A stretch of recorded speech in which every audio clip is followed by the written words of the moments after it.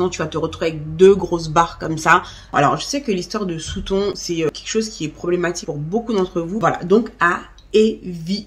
10 erreurs habituelles que je vois que les femmes noires font.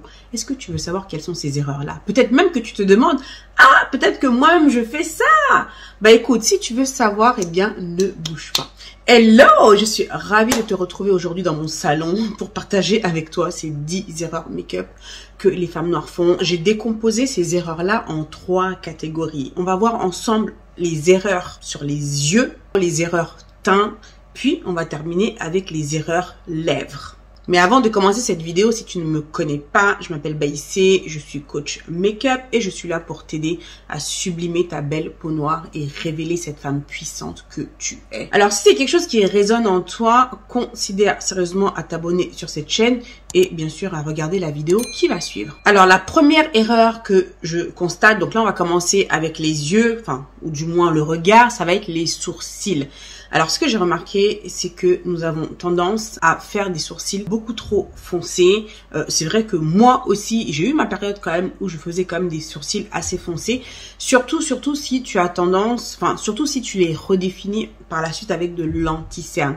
Je me suis rendu compte que si tu les redéfinis avec de l'anti-cerne, tu n'as quasiment, enfin, pas besoin de rajouter beaucoup de couleurs parce que le fait de redéfinir avec de l'anti-cerne, ça va justement les faire ressortir, ça va les mettre en avant. Donc, tu n'as pas besoin de mettre forcément beaucoup de couleurs. Si tu as un petit peu, enfin, si tu as des poils comme moi, ce que je fais d'ailleurs maintenant, c'est que je vais juste utiliser, mon gel là à sourcils pour vraiment les plaquer. Ensuite, je vais les redéfinir et en fonction de ça, je vais rajouter un petit peu, de la couleur au crayon ou même tu peux rajouter un petit peu à la poudre pour juste les combler. Tu te rends compte en fait que tu n'as pas besoin tant que ça de vraiment, voilà, insister sur tes sourcils pour vraiment les faire ressortir. Bien sûr, bon, ça, c'est valable quand tu as un minimum quand même de poils. Donc, pour celles qui n'ont pas du tout de poils ou très peu, tu as besoin quand même de venir les redessiner avec un crayon ou un gel à sourcils. Donc, la prochaine fois, fais l'essai.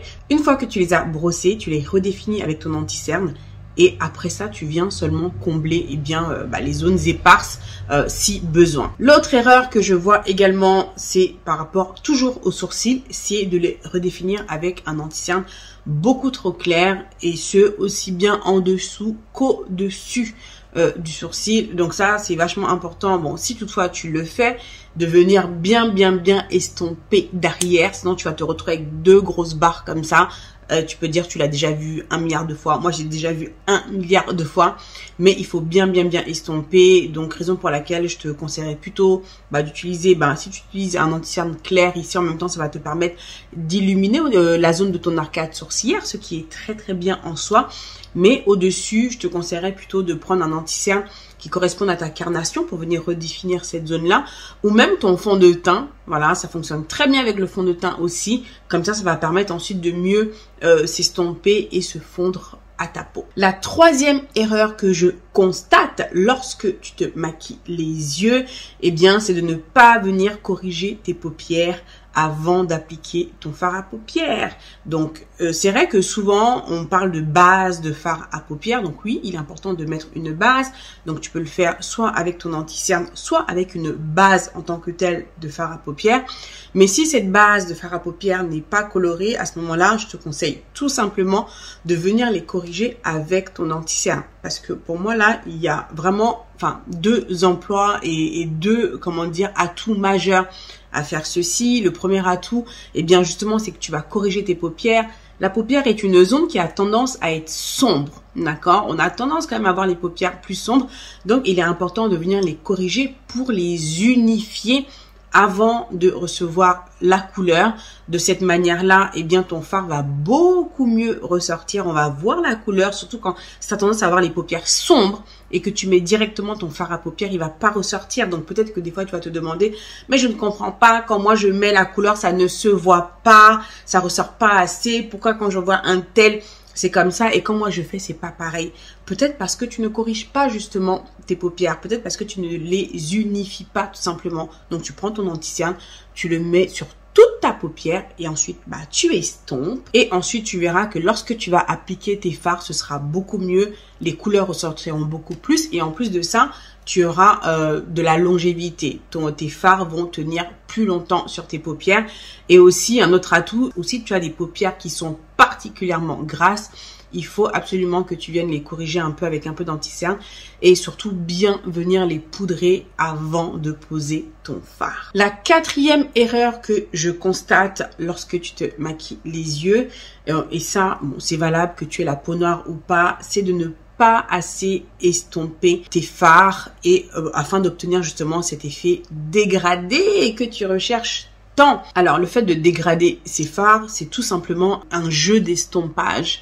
Il faut estomper suffisamment et c'est vrai que souvent, tu as tendance, on va dire, à sous-estimer le temps nécessaire à estomper les couleurs entre elles. Il suffit pas juste de poser ton fard, d'en poser une autre à la suite et ensuite ça y est, c'est fini. Il faut que les couleurs puissent bien se dégrader entre elles, donc il faut quand même pouvoir avoir, on va dire, un minimum de technique. Qui n'est pas compliqué d'ailleurs. Bon, ça j'explique très bien. D'ailleurs, j'ai un cours au sein de la Black Beauty Academy qui explique très bien justement comment marier les couleurs et comment justement avoir ce jeu de dégradé. Je rentre un petit peu plus en détail sur ce qui est la couleur de transition, la teinte médium, d'intensité, etc. Si c'est quelque chose qui t'intéresse et que tu veux en savoir plus là-dessus, je t'invite à venir nous rejoindre au sein de la Black Beauty Academy. Je t'ai mis le lien juste en dessous, c'est sur www.blackbeautyacademy.com et je pourrai t'accompagner au travers de cours de maquillage en ligne. Donc, peu importe là où tu habites sur cette planète, tu peux avoir accès à la Black Beauty Academy, mais tu rejoins également une communauté incroyable d'autres femmes comme toi qui sont là également pour apprendre à se maquiller, pour apprendre à se dépasser et à gagner en confiance. Donc si c'est vraiment quelque chose qui te parle, viens nous rejoindre au sein de la Black Beauty Academy et tu auras encore plus de détails justement sur tout ce qui est maquillage des yeux, dégradé, etc. Donc il faut vraiment que tu prennes le temps de bien dégrader les fards. Ça ne veut pas forcément dire que tu vas y passer des heures.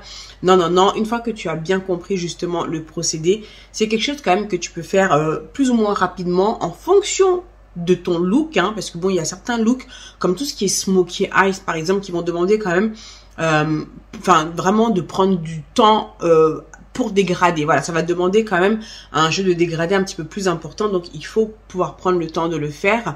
Mais ça, c'est important. Sinon, c'est pas joli, c'est pas harmonieux. On va avoir vraiment des couleurs distinctes comme ça sur les yeux, tu vois. Et la transition ne va pas se faire en douceur, tu vois. C'est vraiment ça. Donc, super important. Et ça, c'est vraiment quelque chose que je vois très souvent. Et d'ailleurs, dans la Black Beauty Academy, la question là d'estompage là, c'est vrai que c'est un souci qui revient souvent. C'est vrai que bon, il y a beaucoup de membres qui ont du mal souvent à justement arriver à faire cet estompage là, mais au fur et à mesure justement, des challenges que nous avons, des cours et de la pratique, à finir par y arriver, notamment les make-up bootcamp que l'on fait ensemble, où on se maquille ensemble en live. Et ça aussi, ça te permet de faire beaucoup de progrès. Voilà, il faut juste pas lâcher l'affaire, s'entraîner. À force, tu verras que l'estompage n'aura plus de secret pour toi. Alors, la 5e erreur que je constate souvent, et là, on va passer à tout ce qui est teint. La 5e erreur, donc, est de ne pas corriger ton teint lorsque cela est nécessaire. C'est vrai que tu n'es pas obligé de corriger ton teint à l'aide d'un correcteur avant d'appliquer ton fond de teint. Donc, tu peux corriger avec un correcteur orange, généralement, en tout cas, pour les peaux noires, pour pouvoir justement venir neutraliser tout ce qui est hyperpigmentation. Donc le orange va vraiment permettre de neutraliser les zones sombres de manière à ce que lorsque tu vas venir poser ton fond de teint, tu auras un teint unifié. Quand je ne le fais pas, c'est surtout parce que voilà, j'ai pas le temps, mais c'est vrai que idéalement, j'ai besoin de le faire également systématiquement parce que au niveau des cernes quand même, j'ai tendance à avoir des cernes sombres, bon, pas trop sombres non plus, mais quand même un petit peu. Et surtout au niveau de la bouche où j'ai une zone quand même d'hyperpigmentation qui est assez prononcée. Et c'est vrai que ça, quand tu ne le fais pas et que tu vas mettre ton fond de teint, surtout si ton fond de teint n'est pas forcément hyper couvrant, si ton fond de teint a une couvrance moyenne, ça va se voir à travers et ça peut même te donner un peu un effet grisâtre au niveau du teint. Des fois, tu peux te demander pourquoi voilà, le teint, c'est pas ça, c'est pas bien flawless là comme je veux. Qu'est-ce qui se passe? Eh bien, il se peut justement que tu n'aies pas corrigé ou que tu aies mal corrigé. Et donc, de ce fait, lorsque tu vas mettre ton fond de teint, ça va se voir à travers. Le teint ne sera pas unifié et il aura un petit peu ce côté terne. Donc, important, voilà, de bien corriger ton teint. La 6e erreur que je constate également fréquemment, eh bien, c'est de mettre un fond de teint trop clair ou alors du mauvais sous-ton. De ce fait, c'est vrai que si tu mets un fond de teint trop clair, on va tout de suite avoir cette coupure nette au niveau du cou. Donc moi ça m'est déjà arrivé aussi, où tout de suite, enfin voilà, on va voir que clairement que le fond de teint il est trop clair quoi, et ça va pas forcément faire harmonieux, ou alors justement d'utiliser un fond de teint qui n'est pas du bon sous-ton. Alors je sais que l'histoire de sous-ton c'est quelque chose qui est problématique pour beaucoup d'entre vous parce que vous avez du mal à comprendre exactement ce que c'est qu'un sous-ton, et donc du coup vous bloquez beaucoup par rapport à ça. Le sous-ton en fait c'est, si tu veux, c'est la couleur secondaire en fait de ta peau. Donc tu as la couleur de ta peau là que tu vois, mais en dessous cette couleur il va avoir justement cette couleur secondaire qui va varier en fonction de chacune des personnes, qui peut être chaud, froid, on peut dire aussi rouge, jaune. C'est vrai que moi lorsque je me regarde, c'est vrai que c'est pas forcément évident comme ça à distinguer quand t'as pas l'œil. C'est vrai que souvent on va on peut le distinguer par rapport à la couleur des veines, mais bon, ça je trouve que c'est pas forcément non plus une meilleure façon en fonction si tes veines sont bleues ou vert. Moi quand je regarde mes veines, en fonction de de la perception que j'ai, je peux les voir aussi bien bleues que vert. Après tu as aussi par rapport à la couleur du métal que tu vas porter.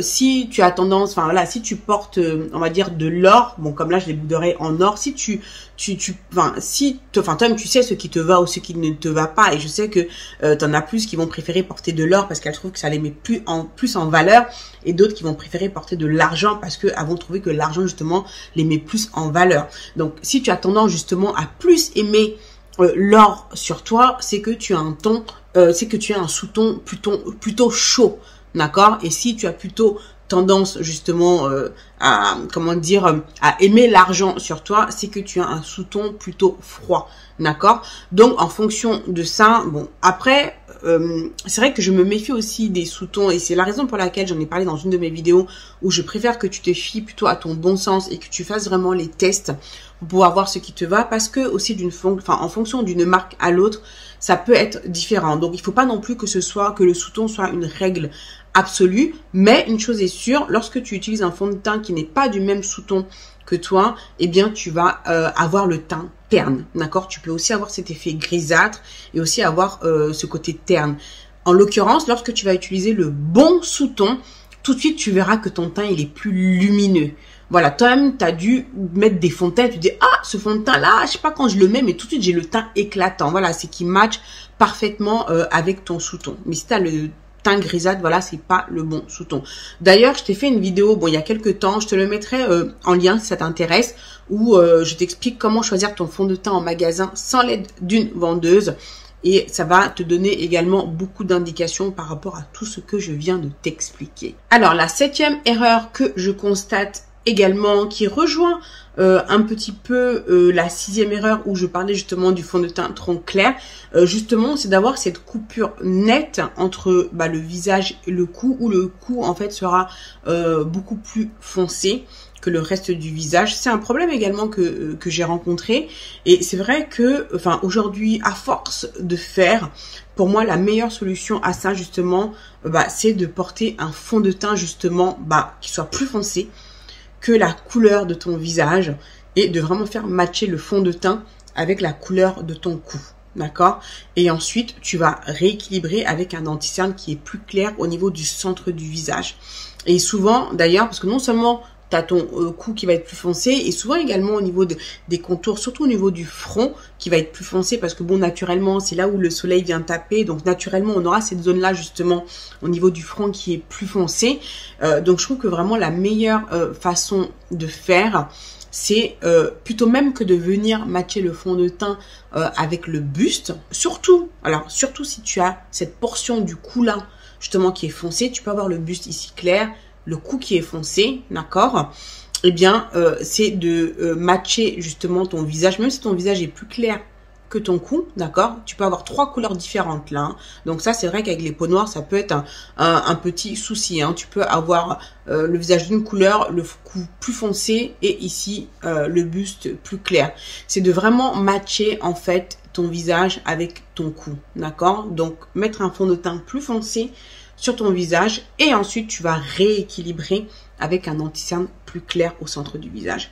Et justement, et je trouve que c'est vraiment très très joli parce que tu auras vraiment ce côté illuminé, tu auras tous les contours justement plus sombres hein, avec cet effet justement contouring et ensuite il y aura plus de clash du tout avec ton cou, mais bon tu auras rééquilibré et du coup même si ton buste est légèrement plus clair, et du fait que ton centre du visage justement soit illuminé, ça va venir justement rééquilibrer avec ton buste, d'accord? J'espère que j'ai été claire dans ce que je viens de t'expliquer. Alors, la 8e erreur que je constate, c'est de mettre des poudres translucides blanches sur tout le visage. Ça, c'est quelque chose que j'ai vu à de nombreuses reprises. J'ai déjà testé moi-même à plusieurs reprises et j'ai vraiment vu que le résultat était sans appel. Franchement, si tu as la peau noire, évite à tout prix de mettre ces poudres translucides blanches sur tout le visage parce que, eh bien, on va voir à l'œil nu ce film blanc quand même sur ton visage. Même si la poudre est dite translucide, eh bien, ça va se voir sur ton visage. Alors ça, c'est vraiment le genre de poudre que tu vas pouvoir utiliser mais uniquement pour pouvoir fixer ton anti-cerne, d'accord? Parce que si tu as ce film légèrement blanc en dessous des yeux, donc ça va illuminer légèrement le dessous des yeux, c'est pas du tout gênant, au contraire, c'est quelque chose qu'on va rechercher, hein, justement, mais pas sur tout le visage, d'accord? Donc évite parce que pareil, ça va faire un film blanc, ça va donner ce côté grisâtre encore que l'on veut éviter à tout prix, donc évite, et souvent tu auras également ce côté flashback, voilà, donc à éviter. Alors, j'espère que la vidéo jusqu'ici te plaît. Alors, dis-moi en commentaire, est-ce qu'il y a des erreurs que tu as identifiées, que tu penses faire ou pas? Voilà, dis-moi tout ça en commentaire. J'adore voir tes messages, tes retours et tout. Donc, voilà, ça me fait plaisir. Donc, c'est cool et je lis tous vos commentaires. Donc, vas-y, ne te gêne pas. Alors ensuite, on va passer aux lèvres. On va passer aux lèvres. Alors, écoute, pour les lèvres, et là, ça va être la 9e erreur que je constate, c'est de ne pas oser justement les couleurs flashy sur les lèvres. Et ça, oui, je sais qu'il y a beaucoup de femmes noires qui n'osent pas du tout mettre de couleurs flashy. Alors souvent, c'est le rouge à lèvres rouge. Souvent, on me dit, ah mais ça, il y a beaucoup de mes membres qui me l'ont déjà dit, ah moi, je n'ose pas porter de rouge à lèvres rouge, déjà parce que je trouve que j'ai des trop grosses lèvres, donc je n'ai pas envie de les mettre en avant, ce qui est une grosse erreur d'ailleurs, parce que bon, est-ce que tu sais le nombre de femmes qui rêveraient d'avoir des lèvres pulpeuses, hein? Donc, si tu as la chance d'avoir des lèvres pulpeuses, c'est une bénédiction, ma chérie. C'est une bénédiction. Et au contraire, bien sûr, il faut les mettre en avant. Donc, voilà.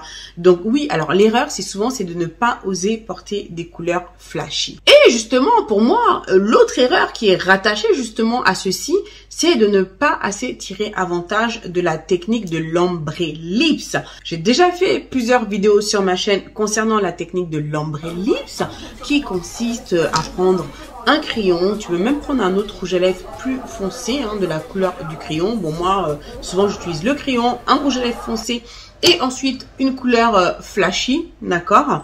Et avec ça, tu peux utiliser toutes les couleurs de la terre, du nude, des couleurs fluo, ce que tu veux, pour justement venir apporter plus de dimension. Déjà, ça va, le fait d'utiliser un crayon foncé, on va aller sur un bon crayon marron ou alors un crayon prune, voilà, que j'aime bien utiliser, voilà, quelque chose quand même d'assez foncé. Et ensuite, tu vas, comment dire, faire ton crayon, mettre un petit peu, faire le contour, faire le contour extérieur avec également un rouge à lèvres plus foncé. T'es pas obligé, tu peux juste t'arrêter au crayon et ensuite venir remplir avec un rouge à lèvres flashy. Tu estompes bien, d'accord, tu réajustes si besoin hein, pour pouvoir bien équilibrer et tu vas avoir un joli dégradé comme ça, du plus foncé au plus clair et du coup bah ta couleur qui à la base va être super flashy le sera moins, mais on verra quand même la couleur, ça va être super joli et ça franchement tu peux t'éclater, tu peux être créative, tu peux voilà, vraiment t'amuser à essayer toutes sortes de couleurs de rouge à lèvres et ne pas te restreindre. Hein, la vie est belle, il faut en profiter, amuse-toi, pas de restrictions, donc il n'y a pas de peur ou quoi, non ça je n'ose pas, non, le maquillage c'est fait pour t'éclater, pour t'amuser, pour voilà, pour t'embellir, donc enfin vas-y quoi, ose porter des couleurs et surtout, n'oublie pas que tu as la technique de l'ombre ellipse qui est là pour t'aider. Et la 10e erreur que je vois fréquemment, bon, qui n'est pas, on va dire, spécialement une erreur en fonction, voilà, de là où on se positionne. Mais selon moi, c'est une erreur parce que justement, tu ne tires pas pleinement avantage de la chose. Eh bien, c'est de ne pas utiliser de crayon à lèvres pour pouvoir définir tes lèvres. Alors, ça, c'est quelque chose de crayon à lèvres. Tout le monde n'est pas obligé justement de mettre le crayon à lèvres. Tout dépend ce que le bon Dieu t'a donné. Et ouais, mais nous ne sommes pas toutes égales face à ça. Il y a certaines personnes qui ne mettent pas de crayon à lèvres, mais voilà, quand elles vont poser le rouge à lèvres, elles ont les lèvres dessinées d'une certaine façon que tout de suite ça va donner quoi. Quelle que soit la couleur, les lèvres, ça va stand out, ça va vraiment être bien mis en avant, ça va être super beau. Bah écoute, bah moi je suis désolée, mais quand je mets un rouge à lèvres sans crayon à lèvres, eh bien c'est pas du tout la même chose. Le fait que mes lèvres ne soient pas définies, ça donne pas du tout la dimension que je veux, ça donne pas la vibes que je veux. Donc après, c'est peut-être une question de préférence, mais franchement, à toutes celles que je l'ai conseillées, franchement quand je vois le avant-après, avec le crayon ça n'a rien à voir. Mais ça n'engage que moi, c'est aussi mes goûts. Hein. Et pour moi, voilà, il est important quand même de venir définir tes lèvres avec un petit crayon. Ça, puis voilà, puis les lèvres ressortent mieux, ça les redéfinit mieux. Je trouve que c'est beaucoup plus joli. Et je trouve quand même qu'il y en a encore beaucoup qui ne mettent pas de crayon à lèvres. Donc, je me base vraiment aussi sur mon expérience avec mes membres. Parce que c'est vrai que j'échange beaucoup avec mes membres également en privé. Lorsqu'elles viennent me poser des questions ou quoi. Et souvent, je me rends compte eh bien qu'elles ne mettent pas de crayon à lèvres. Soit parce qu'elles n'y pensent pas. Ou enfin voilà, c'est juste... voilà, on va aller vite, on ne veut pas se prendre la tête. On prend juste le rouge à lèvres, on le met comme ça sur les lèvres. Mais ce n'est pas la même chose, ce n'est pas la même expérience, ce n'est pas non plus le même résultat.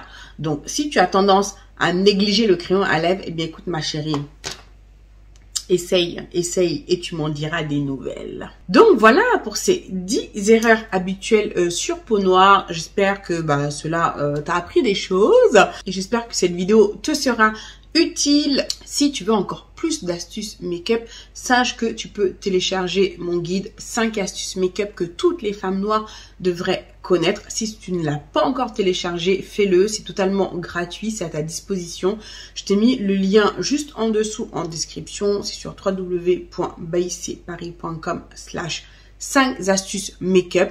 Vas-y, télécharge-le, tu as juste besoin de rentrer ton adresse email et je te l'envoie directement dans ta boîte email. Vérifie bien que ça n'atterrit pas dans tes spams ou dans ton dossier promotion. Souvent vous me dites, ici j'ai pas reçu mon guide. Si, tu l'as reçu. C'est dans tes spams ou dans ton dossier promotion. Donc vas-y, je te donne encore un petit peu plus d'astuces dans ce guide-là et j'espère qu'il te sera également utile. Voilà, merci d'avoir regardé cette vidéo jusqu'au bout. Moi, je te fais plein de gros bisous. Et si tu veux encore plus de contenu de ma part, eh bien, suis-moi sur Instagram. Voilà, je te mets mon Instagram là. Va me suivre et puis voilà, ça me fera vraiment plaisir de partager encore plus d'astuces make-up avec toi et t'inspirer encore plus à devenir la meilleure version de toi-même. Abonne-toi à ma chaîne si ce n'est pas encore fait. On se rapproche des 100 000 abonnés. Donc si tu regardes ma chaîne et que tu n'es pas encore abonné, et Dieu seul sait que vous êtes nombreuses à regarder ma chaîne sans vous être abonné, eh bien écoute, fais-le, cela va vraiment beaucoup m'aider. Donc vas-y, fais-le, abonne-toi et like la vidéo si ça t'a plu. Merci encore, moi je te fais plein de gros bisous et je te dis à très bientôt pour la prochaine vidéo. Ciao ciao.